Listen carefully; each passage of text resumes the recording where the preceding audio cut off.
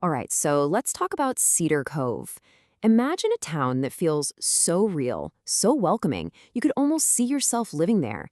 You know the kind of place. Quiet streets, everybody knows their neighbors. But, as you can probably guess, behind that perfect picture, secrets are brewing. And sometimes, well, they turn deadly. Because that's really the big question we're diving into today. I mean, think about it. What happens when a place that's supposed to be all about rest and relaxation suddenly becomes the scene of a very calculated crime? It's a story that just goes to show you, even in the most perfect-looking towns, darkness can always find a room. So our story really kicks off with Bob and Peggy Belden. They run this quaint little bed and breakfast, the Time and Tide. Their life is pretty much what you'd expect. Peaceful, predictable, just the quiet rhythm of welcoming guests. But all that is about to get completely turned upside down. It starts one evening when a man shows up. No reservation, just appears. And right away, there's this feeling of unease. You can tell he's not just some tourist looking to see the sights. No, this guy feels more like a ghost from a life that someone desperately thought they'd left behind for good. It turns out the guest is Maxwell Russell, Max. And here's the kicker. Bob knows him. They served together in Vietnam decades ago, and they haven't spoken a word since. And now, bam, out of the blue, Max is standing right there in his B&B. They have just enough time for one really brief, tense conversation. And yeah, it will be their last. Just like that, Max goes up to his room, and he never wakes up. At first, everyone thinks it's a tragedy, maybe a heart attack, something from natural causes. But the truth? Oh, it's way, way more sinister than that. This was no accident. This was murder. Okay, so now Sheriff Troy Davis and a private investigator named Roy McAfee are on the case. And they figure out pretty fast that this isn't just about finding a killer. This is about digging up a past that's been buried for over 30 years. And every single question they ask feels like it could set off a landmine from Bob's past. And the way he was killed, wow, it's chilling. The autopsy finds a lethal dose of Rohypnol in his water bottle. So this wasn't some crime of passion, right? This was cold, it was quiet, it was meticulously planned. This tells the investigators they're not just looking for a killer, they're hunting for a patient, calculating predator. For Bob Belden, this whole thing just triggers this massive war inside himself. See, he's a recovering alcoholic, and he's been sober for years. But the stress from the murder, the constant fear that he might be next, it's pushing him right to the edge. It's this huge conflict, the pull of his past versus the desperate fight for his future.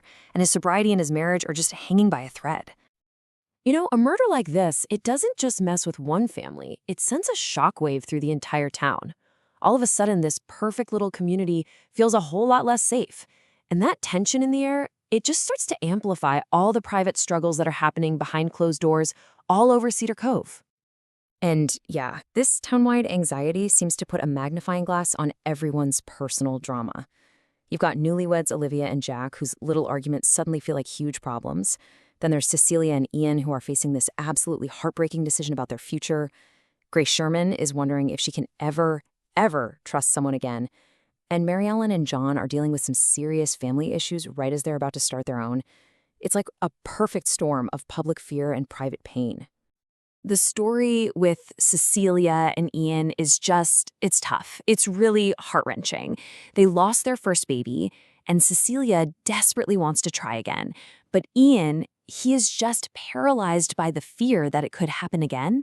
And that conflict, which comes from a place of so much love and so much loss, is just tearing them apart. But if there's one thing you can say about Cedar Cove, it's that this town is resilient.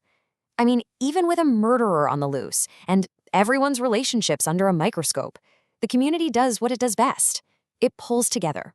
They decide that the only way to fight all this darkness is to create a little light of their own. And what a solution it is. They put on a fundraiser, a dog and bachelor auction. Seriously, single guys and adorable dogs that need a home are auctioned off for charity. It's quirky, it's a ton of fun, and it's honestly the perfect way for the town to get its spirit back. And, maybe do a little matchmaking on the side. So Grace Sherman's friends see this auction as their big chance. Grace was just wrecked by her divorce, and they are dead set on seeing her happy with this guy, Cliff Harding, who's a really kind, stable rancher. Their plan is pretty simple, but it's a mission that's all about friendship and hope. But at the end of the day, right, her friends can only do so much. They can lead her to the dance, but Grace is the one who has to actually step out on the floor. After being hurt so badly by her ex-husband, can she really get past that fear and open her heart to someone new? That's the million-dollar question. So while the town is going through all these personal dramas, the murder investigation is speeding toward a conclusion. But, as we're about to find out, closing one door in Cedar Cove usually means another, much creepier one is about to creak open. And they find the killer. The murder of Max Russell is solved. The motive goes all the way back to the jungles of Vietnam, and it finally brings some closure to this violent chapter from Bob Belden's past. You can just feel this wave of relief wash over the B&B. But it doesn't last long. Because just as one threat is gone, a brand new one pops up. And this time, it's aimed at the investigator, Roy McAfee. It starts small, with these cryptic notes. Then, it escalates to threatening messages. And it all leads up to a strange package, being left right on his doorstep at 50 Harbor Street. It's like a chilling calling card for a whole new kind of danger. And that's where we have to leave Cedar Cove for now. One mystery is solved, but another one has already been planted, reminding us that just beneath the surface of this peaceful little town, there are always more secrets to be found. It just leaves you with one question, doesn't it? Whose door is darkness going to knock on next?